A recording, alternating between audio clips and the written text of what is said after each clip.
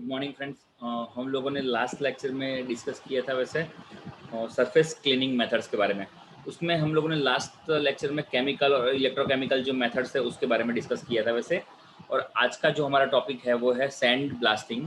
Okay, तो ये जो अभी हम लोग आज स्टार्ट करेंगे वो है मैकेनिकल क्लीनिंग प्रोसेसेस है उस। ओके, तो उसमें हम लोग आज डिस्कस करने वाले हैं सैंड ब्लास्टिंग। ओके, तो सैंड ब्लास्टिंग के बारे में मैं थोड़ी सी डिस्कस करूँ आपको। तो सैंड ब्लास्टिंग है क्या? ओके, तो सैंड ब्लास्टिंग। ओके, तो सैंड ब्लास्टिंग क्लीनिंग जो है बराबर, जो प्रोसेस है वो सरफेस क्लीनिंग के लिए यूज़ करते हैं हम लोग। ओके, और वाइडली इंडस्ट्री में यूज होती है। ओके, तो sand blasting blast cleaning is a surface treatment process widely use in a variety of different industries with many diverse purpose. Okay, sandblasting is the process by which abrasive media is accelerated through the blasting nozzle by means of compressor. Okay, तो यहाँ पे एक समझो कि figure में हमको दिख रहा है वैसे। ओके, मैं आपको थोड़ा सा क्लियर कर देता हूँ फिगर में। ओके, तो यहाँ पे क्या है कि हम लोग यहाँ पे एक बंदा है, वो समझो कि एक नोजल लेके, यहाँ पे दिख रही है नोजल, ठीक है, वो नोजल लेके यहाँ पे वो क्लीन कर रहा है कुछ बराबर। तो ये जो नोजल है उसमें समझो कि एब्रेसिव यानी सैंड जो है, ठीक है, एब्रेसिव मटेरियल्स और एब्रेसिव सैंड्स जो है, ओके, फाइन एब्रेसिव पार्टिकल्स, और समझो कि साथ में जो है उसके जो प्रेशर मिलता है वो है एयर प्रेशर के थ्रू। ओके, तो एब्रेसिव मटेरियल्स और एयर प्रेशर, कंप्रेसर के थ्रू एयर प्रेशर दिया जाता है, उसको नोजल में से ब्लास्ट कराया जाता है। ठीक है, तो ये है सैंड ब्लास्टिंग सिस्टम है वैसे।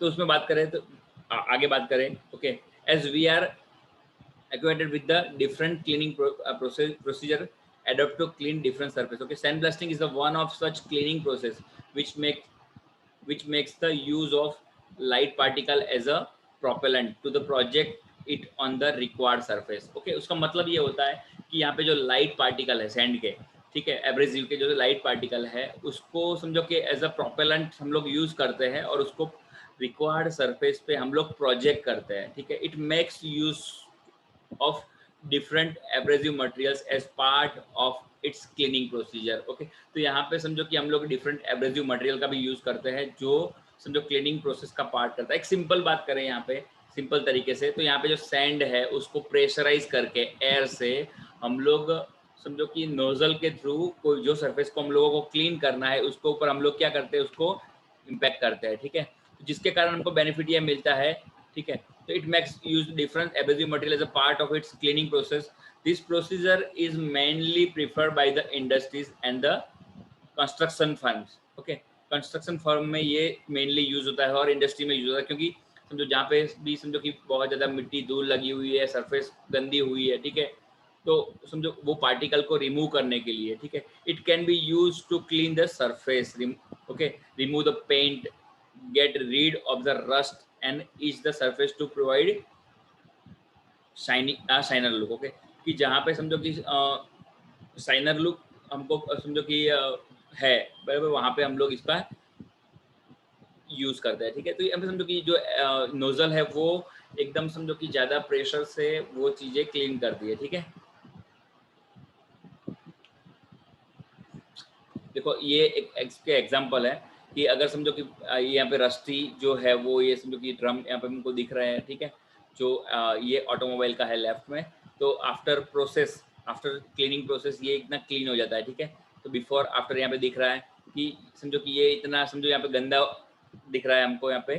ठीक है, उसके ऊपर समझो कि कुछ धूल मिट्टी या समझो कि पेंट लगा हुआ है, कुछ भी है, तो उसको क्लीन करके हम लोग इसको यहाँ पे आफ्टर बिफोर आफ्टर यहाँ पे दिख रहा है कि आफ्टर दिस प्रोसेस हम लोगों को समझो कि यहाँ पे एकदम क्लीन सरफेस मिलती है, अभी क्लीन सरफेस है यहाँ पे। ठीक है, ओके, तो ये देखो ये बाहर का समझो कि घर का बाहर का जो एरिया है, ठीक है, ये यहाँ पे दिख रहा है। ठीक है, ये जो पीपीटी है मैंने कोई प्रोजेक्ट्स में से ली हुई है, इसलिए यहाँ पे लिखा हुआ है आवर वर्क्स।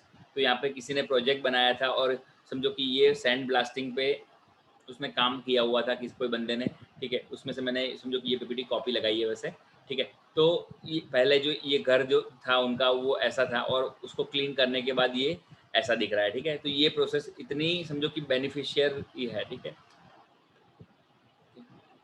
तो removal of the rust from the metal is one of the primary use of the sandblasting. Okay, तो जो मेटल में से रस्ट को रिमूव करना, ठीक है। रस्ट यानी समझो कि जो समझो जंग लगा हुआ है, ठीक है, और समझो कि उसको ऑक्सीडेशन हुआ है मेटल का, ठीक है। तो जो रस्टी सरफेस जो है, रस्ट मीन्स के समझो कि जंग वाली सरफेस, ओके। तो रस्टी सरफेस है उसको क्लीन करना सैंड ब्लास्टिंग का मेन पर्पज है, ठीक है।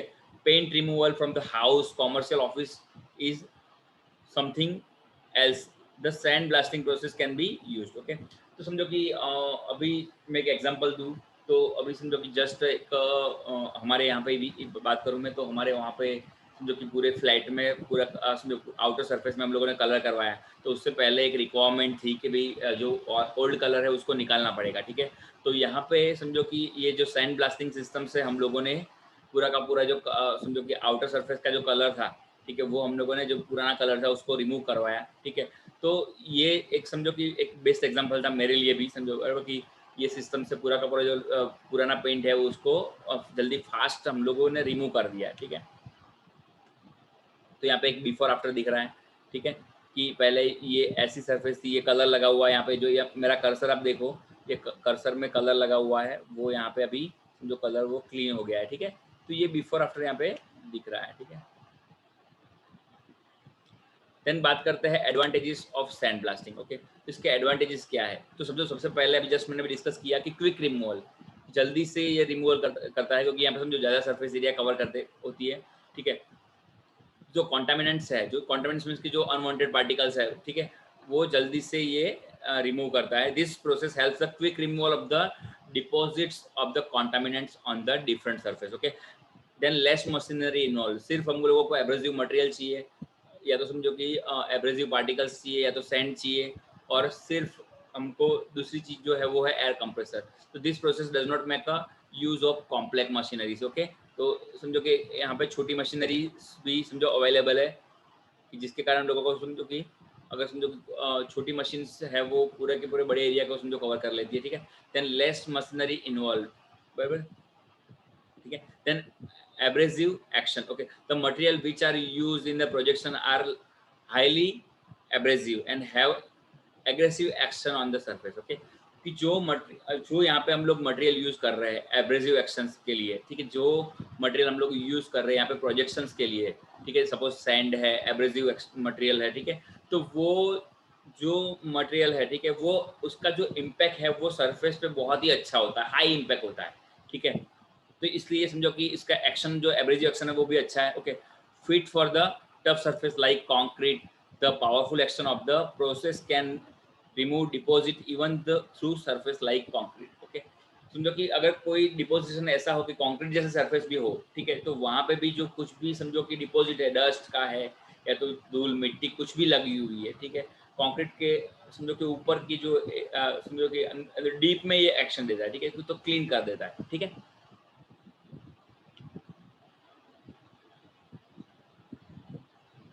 तो इसके लिए समझो कि एक प्रोजेक्ट बनाया हुआ था किसी ने, ओके। तो क्या क्या चीज़ें पहननी चाहिए, क्या नहीं, क्या क्या क्या चीज़ें हम लोगों को प्रिकॉशंस रखना चाहिए, ओके। तो इज इम्पोर्टेंट। तो समझो कि सेफ्टी के लिए हम लोगों को यहाँ पे समझो कि सेफ्टी ग्लोव्स है, okay. Then wear safety goggles है, प्रोटेक्ट योर आइज, क्योंकि समझो कि धूल मिट्टी हम लोग अगर क्लीन कर रहे हैं तो वो आँख में भी गिर सकती है। Make the use of protective gloves, ensure that the wear mask, क्योंकि समझो कि वो डस्ट जो है वो एब्रेसिव जो मटेरियल्स है वो अपने समझो कि इनहेलिंग में प्रॉब्लम ना हो, यानी सांस लेने में प्रॉब्लम ना हो, इसलिए, okay.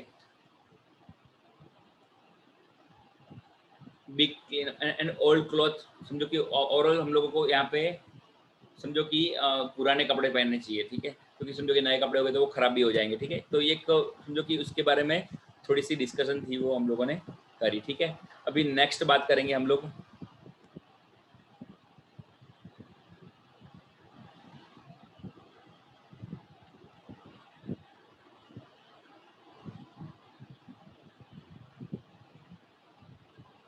Short blasting,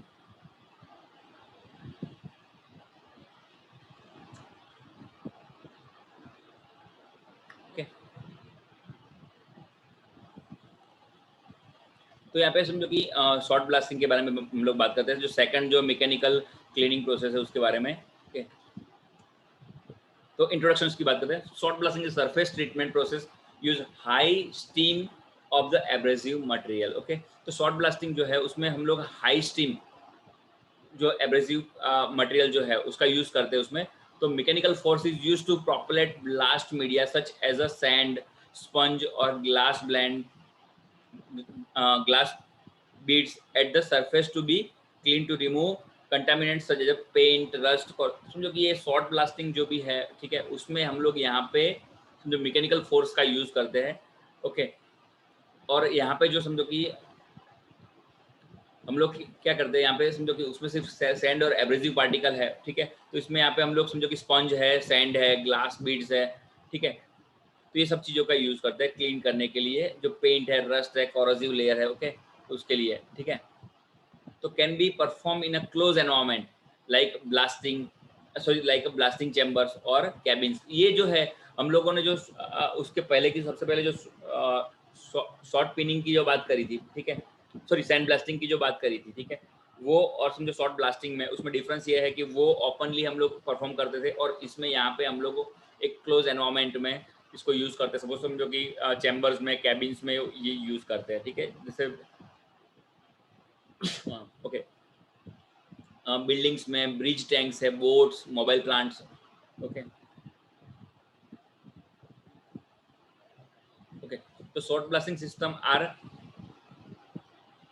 comprises of the 6 basic system. Okay, तो उसमें समझो कि एब्रेसिव, समझो पहले तो समझो कि एब्रेसिव पाउडर डिलीवरी जो मेथड है वो होपर्स के थ्रू होती है, ठीक है, by compressed air and gravity. Okay, then PU pipes and nozzles, blast cabinet, okay, then motor mechanism and holding job, okay, then dust collector and blower, ये सब जो कंपोनेंट्स है उसमें यूज होती है, ठीक है, then part movement and support system. Okay, तो वर्किंग की बात करें उसमें, ठीक है, the process involve using the high pressure to blast fine bits of the abrasive material into the surface. Okay, तो यहाँ पे भी सेम जो है वो है, समझो कि ऑपरेटिंग प्रिंसिपल जो है उसमें एक हाई प्रेशराइज जो है वो हम लोग एब्रेसिव मटेरियल का यूज करते हैं into the surface। Okay, it is the surface treatment process which involves the projecting bits on the workpiece to change its surface state। Okay,